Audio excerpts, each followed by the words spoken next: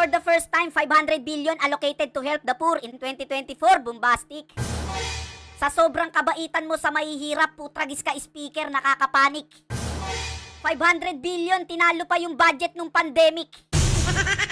Nung pandemic, 240 billion. Nung bagyong Yolanda, 167 billion. Tapos yung kay Romualdez, 500 billion. Tapos sasabihin nyo, Martin for President, isipin nyo yun. Budget nung pandemic, tinalo mo. Budget nung Yolanda, tinalo mo. Lahat ng budget nung trahedya, tinalo mo. Kaya bantayan nyo sa 2028, baka sa Switzerland to tumakbo. Sa lahat ng tulong, yung tulong mo yung nakakakilabot. Yung politikong gumagamit ng mahihirap, nakakatakot. Tapos yung mga tanga mong fans, oo lang ng oo, ginagawa mong robot. Kayo yung mga politikong tumutulong pero mas marami yung hakot. Ang strategy nyo, gagamit ng mahirap. Pupunta ng palengke, magpapanggap. Sa lahat ng tulong, yung tulong mo yung hindi ko matanggap. Kung talagang wala kang ginagawang masama, pakapkap. Ano yung logic dito? Pag yung politiko kumuha ng pera, kanino ka magsusumbong? Sa babulgang kay bonggam-bonggam bongbong? Wala baliligtasin, lahat tutumbukin dito sa Sumbong-Sumbong kay Bonggam-Bonggam Bongbong. Ano, diyan ka magsusumbong? Gunggong! Biruin mo yung kawawang matanda na mitas lang ng mangga na kulong. Eh yung politiko pag kumuha ng pera, madalang pa sa patak ng ulan yung nakukulong. Kung may makukulong, lalaya din.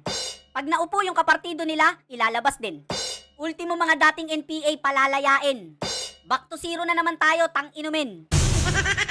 Bakit daw tayo natatakot sa pistok, sabi pa neto? Tayo pa daw natatakot, sira ulo ba to? Bakit kami matatakot, hindi naman yan kumakain ng tao? Nangunguha ng bata, oo. Yung mga demonyo, binabakbakan namin kayo, binibaby nyo. Ikukulong tapos papalayain nyo. Nangangasar ba kayo? Maghanap kayo ng tangang lolokohin nyo. Pasensya na, hindi kami nakikipagkasundo sa demonyo. Yung tulong, tandaan nyo, dalawang klase. May tulong na paimbabaw, puro papoge. At yung totoong tulong, hindi sinasabi. Tapos 500 billion, ayuda? Walang pandemic, sus Mariosip, grabe. Yan yung ayudang first time talaga, super duper extraordinary. Sa sobrang laki ng budget, tataba talaga yung dating chubby. Sa sobrang bait mo, pwede ka na sa libingan ng mga bayani. Yung tipong kumuha ka ng maleta sa airport tapos ikaw pa yung bayani. Yung mga Pilipino, ginagawa mong tamad. Yung tipong hihilata na lang sa banig tapos magkakamot ng bayag. Imbis na bigyan mo ng pamingwit, bibigyan mo ng isdang binilad. Trabaho ang ibigay mo para lalong magsipag. Kasi pinapalabas mo, tutulong ka sa tao. Ang lumalabas kami pa tutulong sa'yo. Pera ng tao yan, baka kala mo. Ayuda, sa laki ng budget, abono pa kami, loko. Speaker, saan ka punta? Anak ng buhaya, suplado ah. Speaker, open the book na. Ang tambok-tambok ah. Saan kaya pupunta to? Mukhang pupunta sa palengke ah.